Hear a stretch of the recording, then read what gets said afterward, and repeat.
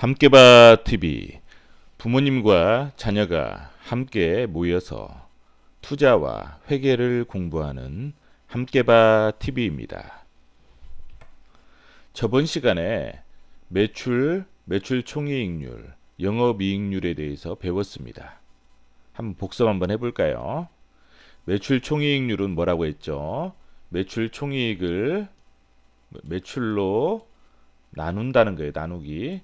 매출 총이익 나누기 매출 곱하기 100이에요. 분수는 나누기나 똑같아요. 영업이익률은 뭐예요? 영업이익을 매출로 나누어서 뭐예요? 곱하기 100을 한다고 했어요. 그쵸? 그래서 기준이 뭐예요? 매출을 100으로 둔 상태에서 왜 100으로 둔다고 했죠? 비교를 하기 위해서. 그럼 매출 원가율은 어떻게 구한다고 했죠? 매출 원가를 매출로 나눠서 곱하기 100을 하면 69가 나오는 거예요. 매출 총이익률은 매출 총이익을 매출로 나눠서 곱하기 100을 하면 31이 나오는 거예요. 판매비와 관리비율은 판매비와 관리비를 매출로 나눠서 곱하기 100 하면 25%가 나오는 거예요. 영업이익률은 영업이익을 매출로 나눠서 곱하기 100 하면 6이 나온 거예요. 나머지도 똑같아요. 지금 이 회사는 빙그레라는 회사예요. 빙그레는 뭐예요? 아이스크림 많이 봤죠? 메로나, 투게더, 그 다음에 비비빅, 제가 좋아하는 쿠앤크, 그 다음에 바나나맛 우유, 이거 좋아하죠? 그 다음에 검은콩 두유, 그 다음에 요플레, 그 다음에 주식쿨, 이런 게 있어요. 이런 것들을 대부분 만들어서 팔아요. 일부는 사서 파는 경우도 있어요. 다른 물건을 사서 파는 경우도 상품 매출은 일부고 대부분은 제품 매출이에요.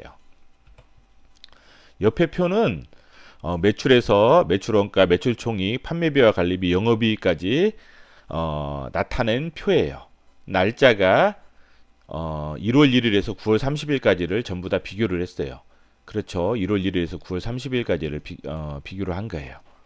그리고 2016년도, 2017년도, 2018년도 이게 3년치를 비교한 거예요. 그렇죠. 왜냐하면 왜 1월 1일에서 9월 30일까지 비교를 했냐면 날짜를 똑같이 기준을 맞춰야 비교할 수가 있잖아요. 그렇죠. 어떤 2016년에는 1월 1일에서 12월 31일까지 매출하고 영업이익 이렇게 하면은 당연히 비교하기가 쉽지 않잖아요. 그렇죠? 그래서 날짜를 1월 1일에서 9월 30일까지 맞춰주는 거예요. 왜냐하면 2018년도 10월에서 12월치 매출에서 영업이익까지는 내년에 나와요. 2019년도 거의 2월이나 3월 달에 나와요. 그렇기 때문에 아직까지는 9월 30일치까지 자료밖에 없는 거예요. 그래서 2016년도, 17년도 자료는 있어요. 12월까지. 그렇지만은 9월 30일까지 자료만 가지고 비교를 하는 거예요. 왜냐하면 아이스크림 같은 경우는 이 아이스크림은 뭐예요? 여름에 잘 팔리죠. 여름에 잘 팔려요. 겨울에는 안 팔리잖아요. 그래서 뭐예요? 겨울에는 가게마다 슈퍼에 가보면 할인을 해요. 50% 할인, 어떤 데는 70%까지 할인해요. 왜 그러냐면 유통기한이 거의 좀 마감에 임박한 아이스크림들은 막 겨울에는 거의 막 70%, 80% 할인을 해요. 그러면 어때요? 겨울에는 매출도 떨어지고 영업이익률도 떨어지겠죠. 그래서 겨울에는 보통 영업이익이 적자가 발생해요. 그래서 만약 2016년도치는 12월치, 2017년도도 12월까지, 2018년도는 9월까지 하면은 당연히 2018년도가 더 좋게 나와요. 9월까지. 왜 그러냐면 12월까지 하면 이게 영업이익률이 떨어져요. 왜? 겨울에는 가격을 많이 할인하니까 뭐예요? 원가는 원래 가격은 높잖아요. 만든 가격들은 원래 가격은 있는데 판매하는 가격을 마진을 줄이고 어떤 때는 손해 보면서도 팔아요. 손해 보면서까지도 마진을 줄이다 못해 막 70% 80%까지 할인을 하다 보면 손해도 봐요. 그렇기 때문에 항상 비교할 때는 뭐예요? 9월 날짜를 기준을 맞춰서 비교를 하는 거예요. 이 회사는 그래서 겨울에는 영업이익이 안 좋아요. 그래서 2016년, 2017년, 2018년을 비교하기 위해서 1월 1일에서 9월 30일까지 매출에서 영업이익을 이렇게 비교한 거예요. 2018년도 10월에서 12월까지 매출에서 영업이익은 내년 한 2월이나 3월 달에 나와요. 3월 달에 나오기 때문에 보통 3월 달에 보통 많이 회사들이 나오거든요. 나오기 때문에 그때까지는 9월 30일치까지 자료를 보고 비교를 하는 거예요. 매출 총이익률은 2017년에 가장 나쁘죠? 바보야. 매출 총이익률 보면 이게 31%죠. 2016년 31%고 2017년도에는 25.8%예요. 그리고 2018년도에는 매출 총이익률이 27.2%예요. 어때요? 이때가 가장 나쁘죠? 이때가 가장 나쁘다는 것은 뭐냐면 이때가 뭐냐면 이것을 뭐라면 매출 총이 매출 원가는 뭐라고 했어요? 여기 지금 여기는 보통 제품 매출이 많다고 했죠? 만들어서 파는 게 제품 매출이 많아요. 상품 매출은 일부만 있어요. 상품 매출은 일부만. 제품 매출이 훨씬 많아요. 그럼 매출 원가는 뭐예요? 제품 매출 원가가 많다는 거 아니에요. 그렇죠? 제품 매출 원가가 많다는 것은 뭐예요? 생산성이 많이 떨어졌다라고 표현을 해요. 영업이익률이 나쁘다는 것은 뭐냐면 매출 총이익률이 나쁘다는 것은 생산성이 떨어졌다 이렇게 표현도 해요. 마진이 좀 많이 떨어졌다. 생산성이 많이 떨어졌다. 그리고 또 이제 매출 총이익률이 나쁘다는 것은 뭐냐면 할인을 뭐예요? 또 많이 했다 이런 표현도 많이 해요. 원가는 그대로인데 할인을 또 많이 했다라는 표현도 써요. 상황에 따라서 여러 표현을 쓰는 거예요. 2017년도에는 공장의 생산성이 떨어져서 마진이 많이 떨어졌다라고도 말을 하고 매출이 뭐예요? 매출 가격을 많이 할인했다. 안 팔려가지고 안 팔려서 그래서 경기가 부진했다라고도 말을 해요. 자, 2018년에는 어때요? 매출 총이익률이 2016년보다는 적죠. 27.2%. 2016년도에는 31%잖아요. 그쵸? 2016년도보다는 매출 총이익률이 적어요. 그렇지만은 영업이익률은 보세요. 6%인데 어때요? 영업이익률은 7.4%로 올라갔어요. 그쵸? 이 말은 무슨 말이냐면 영업이익률이 올라갔다는 것은 뭐예요? 판매비와 관리비가 그만큼 비율이 매출 대비해서 많이 줄어들었다는 거 아니에요. 그쵸? 여기는 뭐냐면 판매비와 관리비가 매출 대비 25%잖아요. 25%. 판매비와 관리비율이 25%인데 이것은 이만큼 매출을 발생하기 위해서 뭐예요? 판매비와 관리비를 19.8% 썼다는 거예요.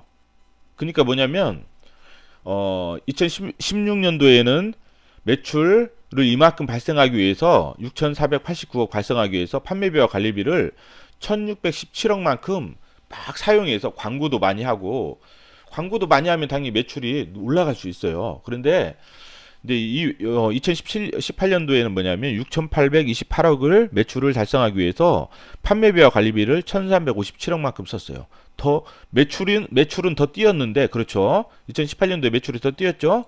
근데 판매비와 관리비는 어때요? 더 줄어들었어요. 줄어들었죠. 보셔요.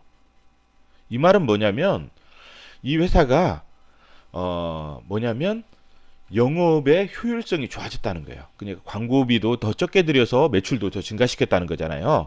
그러니까 뭐냐면 매출을 증가시키기 위해 비용을 조금만 들여서 매출을 2016년도보다 많이 증가시킨 거예요. 그렇죠? 이것을 뭐라고 했어요? 판매비와 관리비를 판매비와 관리비는 매출하기 위해서, 즉 판매하기 위해서 드리는 비용이라고 했잖아요. 판매를 다른 말로 영업이라고 했잖아요. 영업의 어떤 그 효율성, 얼마나 효율적이라고 많이 하거든요. 효율성이 좋아졌다는 거예요. 이런 표현을 써요. 좀 어렵지만은 그냥 이런가 보다 하고 넘어가셔도 돼요. 왜냐하면 계속 반복해서 설명을 드릴 거예요. 반복해서 익숙해지면 금방 익숙해질 거니까 오늘은 좀 어렵더라도 그냥 그런가 보다 하고 들어보셔요. 빙그레는 어때요? 지금 매출도 계속 증가하고 있죠? 증가하고 있고 어때요? 매출 총이익률은 2016년도보다는 떨어졌지만 2017년도보다 증가했어요. 그렇죠. 공장의 생산성도 증가했다는 거예요. 그리고 뭐예요? 영업이익률도 증가했어요. 그렇죠. 2016년도보다도 증가하고. 이 말은 뭐냐면 그만큼 매출을 증가시키기 위해서 드리는 비용들 있죠. 비용들이 조금만 들여서도 많은 매출을 증가시켰다는 거예요. 그만큼 뭐냐면 영업이라든지 광고 막 그런 조직 어떤 회사를 운영하는 그런 조직들이 효율성이 많이 좋아졌다는 거예요. 생산성도 좋아지고 영업에 대한 어떤 효율성도 좋아지고 이 회사는 전체적으로 많이 이제 2018년도에 좋아졌다는 거예요. 그렇죠. 그래서 어때요? 재미있죠? 재미있나요? 아니면 좀 어렵나요? 어려울 수도 있을 거예요. 우리 친구들이 공부하기에는 좀 어려울 수도 있는데, 우리 회계는 우리의 창의성을 높여줘요. 숫자를 보고 기업의 경영을 우리가 상상을 하는 거예요. 계속 상상을. 그래서 상상을 하다 보면 창의성이 높아져요. 그래서 우리가 회계를 배우는 거거든요. 그냥 숫자만 보고 비율을 파악하는 게 아니라 이 비율을 통해서 이 기업이 어땠을까? 이 매출 원가에는 여러분들이 그냥 한 가지만 한 줄로 돼 있잖아요. 한 줄로 돼 있지만은 이 안에는 여러분의 부모님들이 어떤 공장에서 뭐예요? 열심히 땀 흘리면서 흘린 피와 땀들이 다 이 안에 녹아져 있는 거예요. 이 매출원가 안에. 그렇기 때문에 우리가 이 숫자를 보면서 많은 것들을 상상을 하셔야 돼요. 그러면 창의성도 증가하고 지금은 좀 어려울 수도 있지만 우리가 계속 해 나가면서 익숙해져야 돼요. 회계의 언어를 배울 때 우리가 우리나라 말을 배울 때 어렸을 때 뭐예요? 엄마 아빠를 수없이 많이 반복했잖아요. 회계도 마찬가지예요. 지금은 좀 어려울 수 있지만 내용을 모르더라도 계속적으로 반복하다 보면 익숙해져요. 그래서 회계의 언어는 익숙해지면은 잘 알 수 있어요. 그래서 익숙해지기 위해서 계속 반복하시면 돼요.